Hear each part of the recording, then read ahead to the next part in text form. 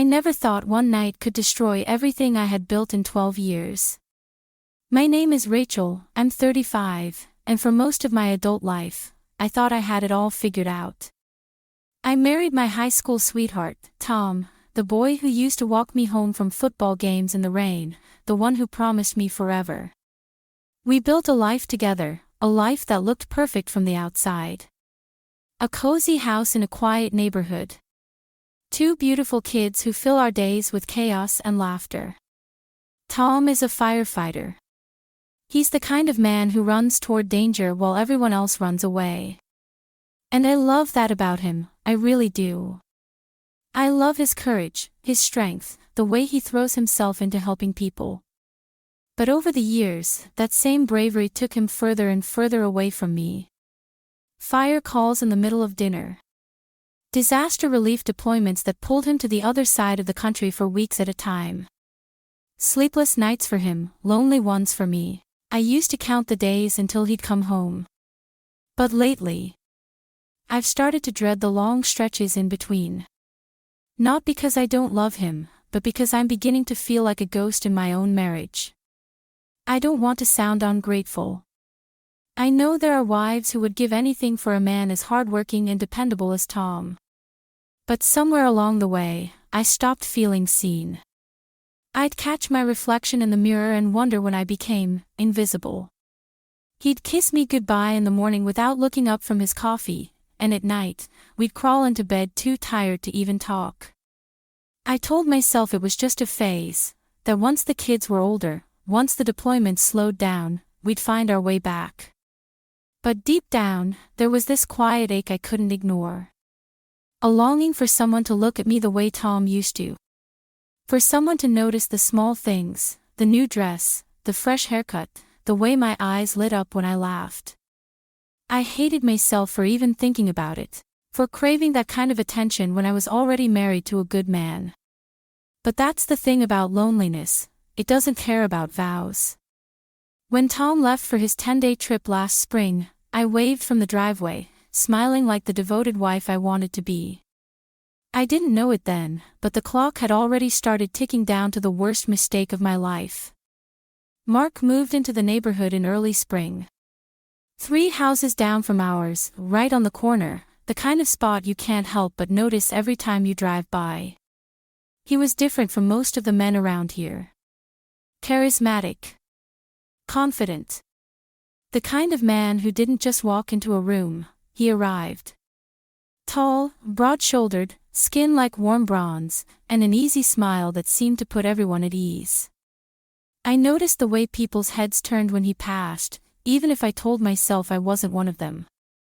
The first time we spoke, I was coming back from picking up the kids from school. He was out front, crouched over a gleaming black motorcycle, hands deep in the engine. I slowed the car for a second without even realizing it. He glanced up, caught my eye, and grinned. "Afternoon," he called, standing up and wiping his hands on a rag. That was all it took, a single, casual hello to start something I didn't yet understand. Over the next few weeks, our paths crossed more often. Sometimes over the fence when I was tending the garden, sometimes when he'd be walking to get his mail and stop to chat. We'd talk about simple things, weather, the best coffee shop in town, his recent move. I learned he was 38, divorced, and new to the area for a fresh start. It was harmless. Just neighborly conversation. That's what I told myself, anyway. But there were little moments, the way his eyes lingered just a beat too long when I laughed. The warmth in his voice when he'd say, "You look nice today," even if I was in jeans and a messy bun. I didn't think much of it at first. I'm married, he knows that. It's not like I'm going to do anything. But there was something about his attention, unhurried, intentional, that made me feel like I'd stepped back in time, to a version of myself I thought I'd lost. One rainy evening, Tom called to say he'd be working late, another emergency shift. I was juggling grocery bags in the driveway, rain dripping down my coat, when Mark appeared out of nowhere with an umbrella. "Let me help you," he said, taking half the bags without waiting for an answer. We ended up in the kitchen, setting things on the counter, close enough that I could feel the heat of him. For a moment, neither of us moved. His eyes met mine, steady and unreadable, and I felt something flicker in my chest that I quickly pushed away. I told myself it meant nothing. But deep down, I knew the line between harmless and dangerous had just gotten a lot thinner. It happened on the fourth night of Tom's trip. The kids were already asleep upstairs, their small night lights casting faint glows through their half-open doors. Outside, a heavy storm had rolled in, the kind that shakes the house and makes the windows rattle.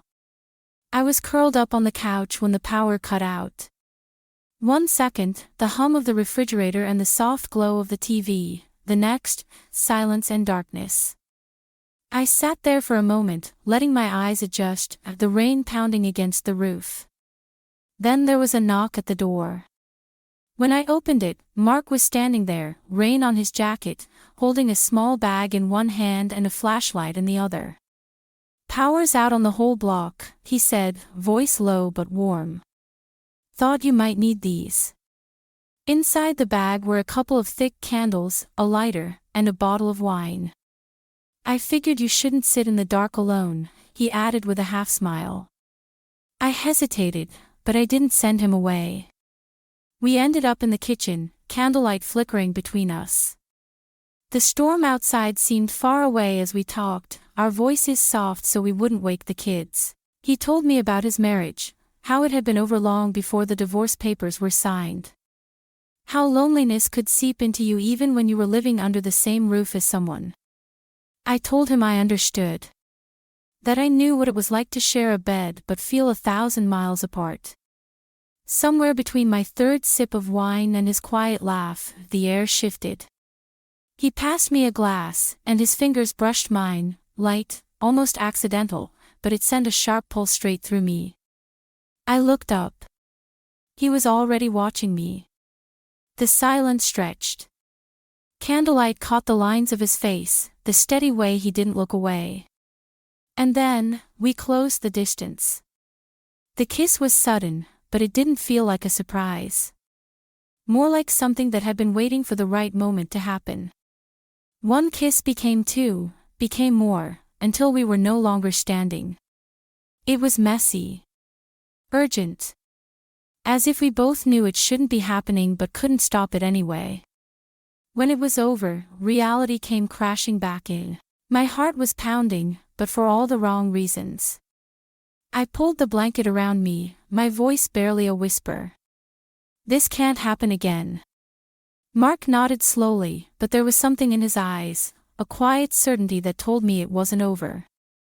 Tom came home 2 days later. The kids ran to him, squealing and wrapping themselves around his legs, and I stood back, smiling like nothing in the world had changed. Except it had. I hugged him, felt the familiar warmth of his arms, and my stomach turned. His scent, the same one I used to bury my face in, now made my throat tighten with guilt. I told myself to act normal, to just slip back into the routine like nothing had happened. But the routine felt wrong. Every time my phone buzzed, my heart leapt into my throat. Mark's name would flash on the screen, and the messages were never long. "Miss you." That night. "Thinking about you." Always short, but loaded. I deleted them as soon as they came in, terrified Tom would glance over my shoulder or scroll through my phone while I was in the shower. I started avoiding the front yard. If I saw Mark outside, I'd duck into the kitchen and pretend to be busy. But avoiding him was harder than I thought. One afternoon, I was folding laundry in the living room when I heard voices outside. I glanced out the window and froze. Tom was standing in the driveway, talking to Mark. They were laughing about something, looking like old friends instead of a man and the neighbor I'd betrayed him with. My skin prickled, and my hands felt clammy. I couldn't hear their words, but I didn't need to. The sight alone was enough to make my pulse race. When Tom came inside, I tried to keep my voice steady. "Who was that?" I asked, like I didn't already know. "Mark," he said casually, pulling a beer from the fridge. Nice guy. Invited me over to watch the game this weekend. Said he's been trying to get to know the neighbors. I nearly dropped the laundry basket. He had no idea. Or maybe he did, and this was some twisted test I didn't understand. For the rest of the night, I could barely hear my own thoughts over the pounding in my head.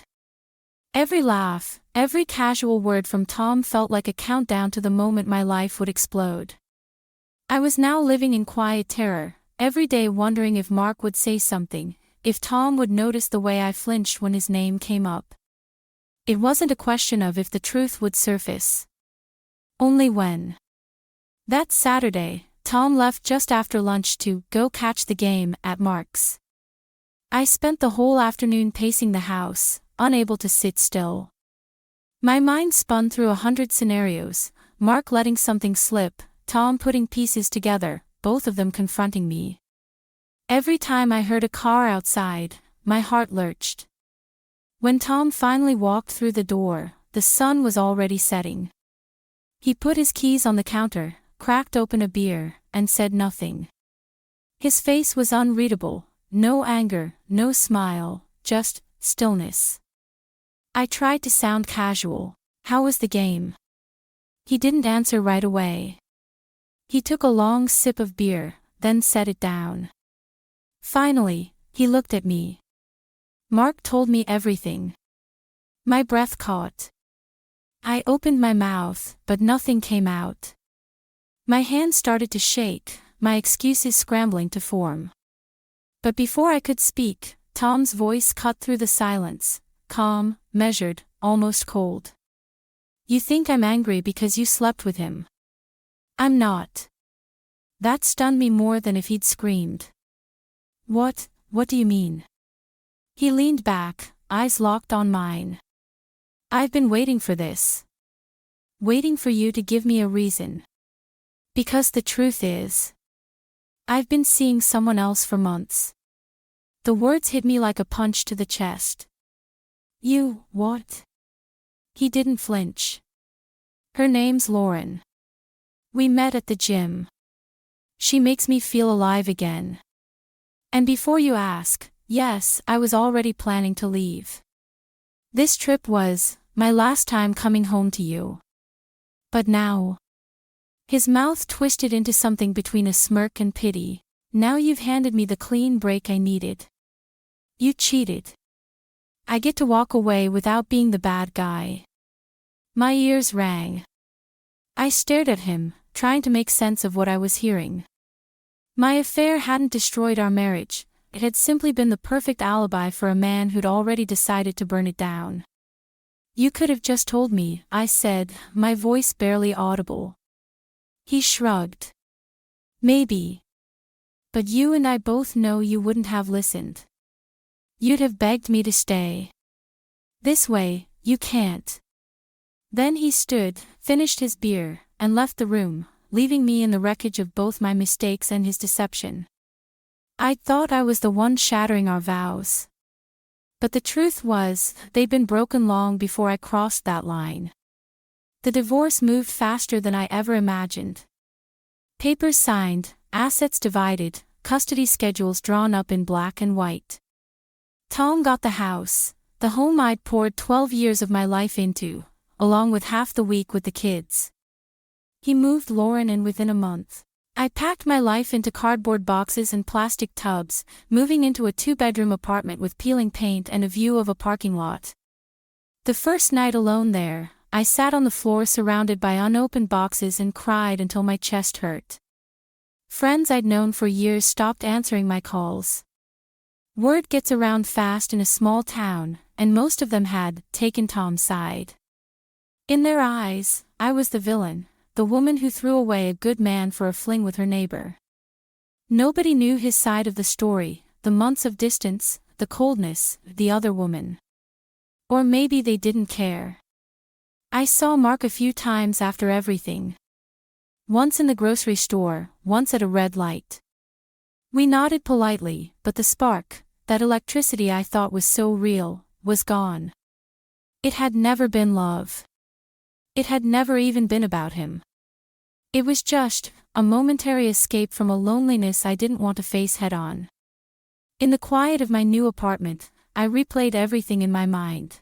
The nights waiting for Tom to come home, the way I brushed off my own needs until they turned into something dangerous, the choices I made in that dark kitchen with candlelight flickering between us. I used to think betrayal was a single, sharp act, a clean slice through trust. But it's slower than that. It starts with silence. With things left unsaid. With looking the other way when you know something's wrong because it's easier than facing the truth. I thought I was the one breaking the vows. Turns out, they were already broken. I just hadn't noticed the cracks until it was too late. Now, when I hear people talk about happy marriages and unshakable trust, I wonder how many are like mine was, a facade with hairline fractures, waiting for the right pressure to make them collapse. And I wonder something else. If you were already drowning in your marriage, treading water until your muscles burned, knowing the shore was too far to reach, would you still be the one to pull the final plug?